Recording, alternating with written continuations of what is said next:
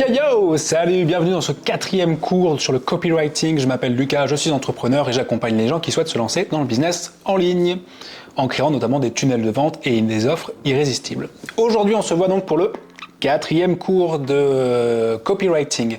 Dans ce cours-là, nous allons parler des objections. Qu'est-ce que c'est qu'une objection? C'est un problème, une résistance par laquelle ton client ne va pas acheter ton offre. Tu vois, par exemple, c'est le oui mais. Une objection, si on peut le résumer, c'est le oui mais. Oui, notre dernière voiture a un super moteur. Oui mais qu'est-ce que je fais si, tu vois? C'est le oui mais l'objection.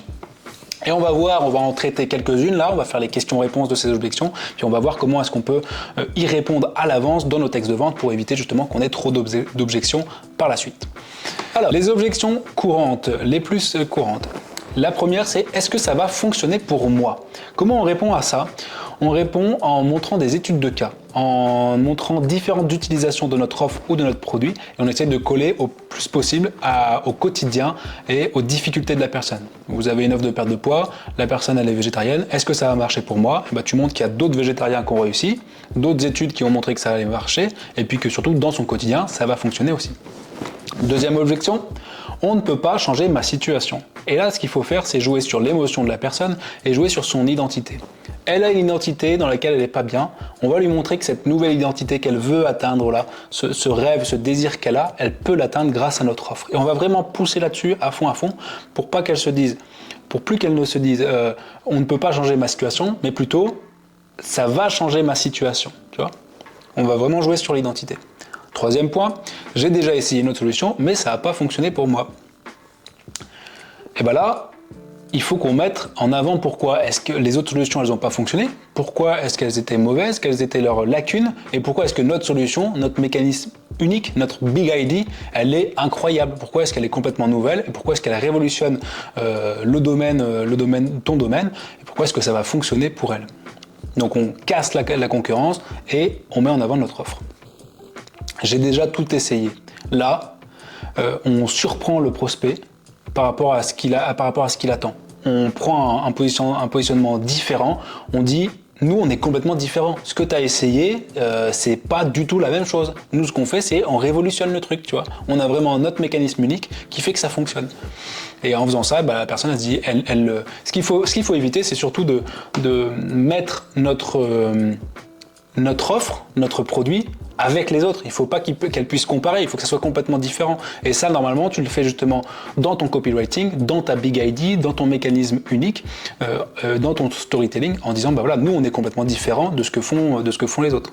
Pardon, je n'ai pas l'habitude d'acheter un produit sur Internet. Et là, on met notre numéro de téléphone, on passe par une messagerie, par exemple WhatsApp, on passe par une messagerie Telegram, groupe Messenger, Instagram, pour renforcer la relation avec la personne et rassurer la personne.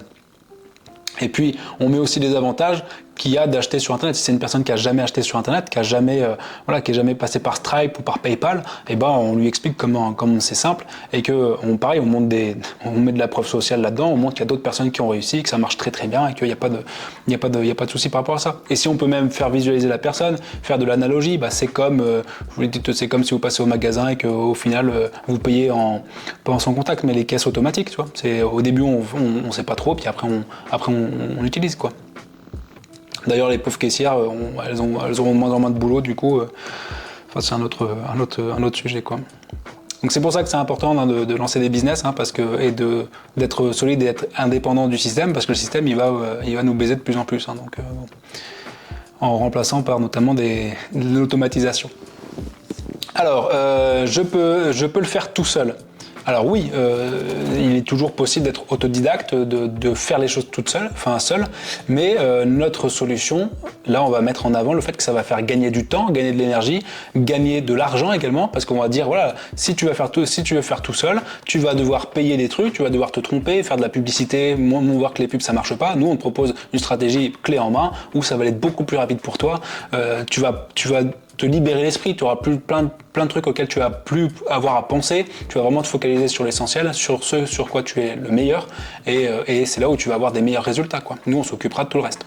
Donc là on met en avant le fait qu'il y a une tranquillité d'esprit, des gains plus rapidement et plus haut.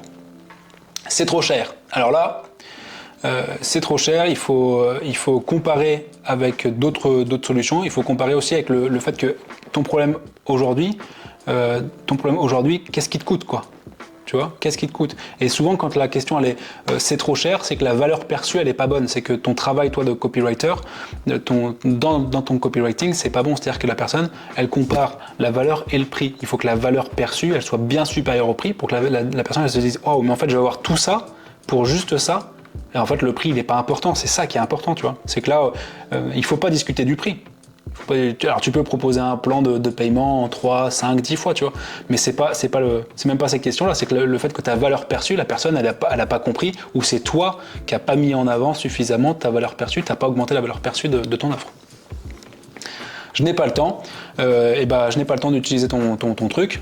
Bah là, dans ce cas-là, on va mettre en avant le fait que ça va faire gagner du temps, justement, que tout est fait pour qu'on n'y passe pas beaucoup de temps et que tu aies des résultats rapidement, sans perdre de temps, quoi, sans y passer non plus des heures et des heures.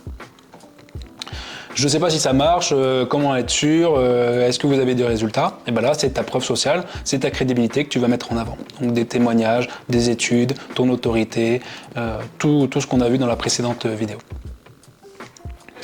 Il y a des personnes qui peuvent parfois avoir des doutes sur leur identité. Par exemple, je vais paraître bête en utilisant votre truc. Et là, non, il faut mettre justement en avant cette nouvelle identité avec les bénéfices qu'ils vont en tirer. Tu vois, par exemple, je sais pas moi, si la personne elle doit tu vois, il existe des trucs pour se renforcer la mâchoire. Tu vends ça, la personne elle dit ouais mais je vais me sentir bête avec ce truc-là.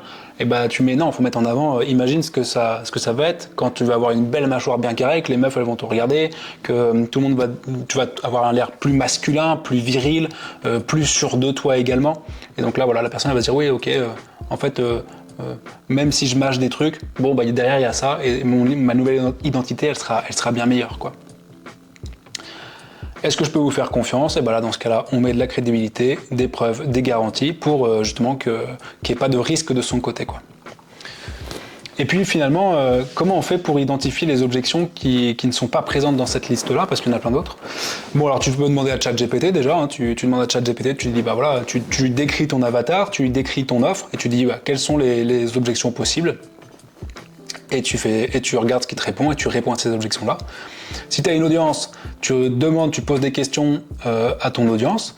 Qu'est-ce qui vous freinerait à l'achat d'eux ou qu'est-ce que vous aimeriez qu'il y ait pour l'achat de l'offre-là? Les gens qui n'ont pas acheté, tu leur demandes également qu'est-ce qui a fait que vous n'avez pas acheté mon offre? Et là, ils vont te répondre, tu vois, bah, c'est qu'il y a ça, c'est qu'il y a ça. Bon, bah, tu sais que c'est des points sur lesquels il faut que tu travailles. Et tu peux également aller voir, par exemple, si tu vends un produit, ou une offre spécifique, tu peux aller voir sur des sites de tes concurrents, par exemple, ou même sur les réseaux sociaux de tes concurrents, et voir les critiques négatives qui sont faites, et répondre tu réponds dans ton offre, dans les objections, à ces critiques-là. Comme ça, la personne, elle se dira, chez le concurrent, il n'y a pas eu ça, mais dans l'offre de cette personne-là, il y a ce qui me manquait chez l'autre. Dans ce cas-là, et du coup, ça va te permettre d'avoir une offre vraiment irrésistible et vraiment, vraiment trop bien, quoi, avec toutes les objections qui vont être traité. Et puis on va passer maintenant, voici pour les objections, on va passer maintenant sur le fait que est-ce qu'il faut faire des longs textes de vente ou pas. Si ton texte de vente il est bien fait, tu peux le faire long. Si ton texte de vente il n'est pas bien fait, les gens vont pas le lire. De toute façon, qu'il soit court ou qu'il soit long, les gens vont pas le lire. Donc ça dépend vraiment. Si les gens le lisent pas, c'est qu'il y a plusieurs problèmes. Soit ta problématique elle est pas bonne, soit tu parles pas vraiment de la bonne problématique pour les gens. Du coup, c'est pas important pour eux, c'est pas douloureux, c'est pas urgent et c'est pas reconnu. Donc ils s'en foutent en fait de ce truc-là. Soit tu n'as pas bien ciblé ton avatar client, soit tu ne parles pas suffisamment bien à ton avatar client, tu n'utilises pas le bon langage, pas les bons termes, pas les bonnes images.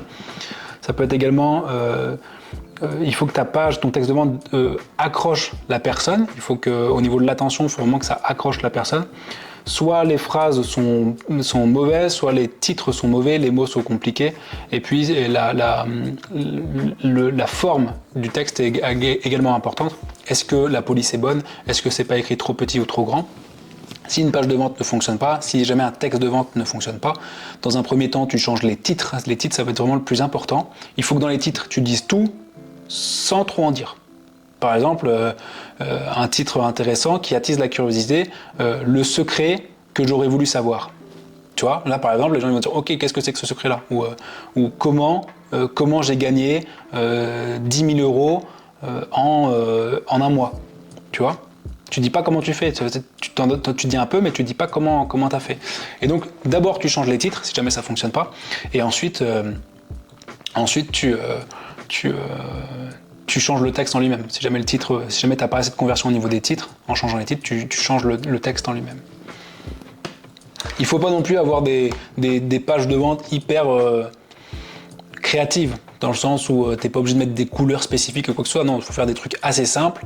La créativité, elle vient dans le fait des solutions que tu vas apporter au problème. Donc, comment est-ce que tu vas répondre au problème, comment est-ce que tu vas le décrire ce problème-là, et comment est-ce que ton offre, elle va pouvoir justement solutionner ces problèmes-là. Donc, vaut mieux passer du temps à peaufiner ton texte de vente plutôt que tout le visuel, d'accord? Parce que t'as beau avoir un beau visuel, si ton texte il est pourri, personne n'achètera. Et au contraire, il y a des pages dégueulasses des fois, des trucs vraiment c'est pas beau du tout, et pourtant ça convertit de fou parce que ça parle vraiment aux gens, et les gens ils ont pas besoin d'avoir un visuel incroyable, un truc clair, précis et puis lisible, c'est suffisant quoi. Donc on fait un petit résumé là sur ce copywriting au niveau de tes textes de vente.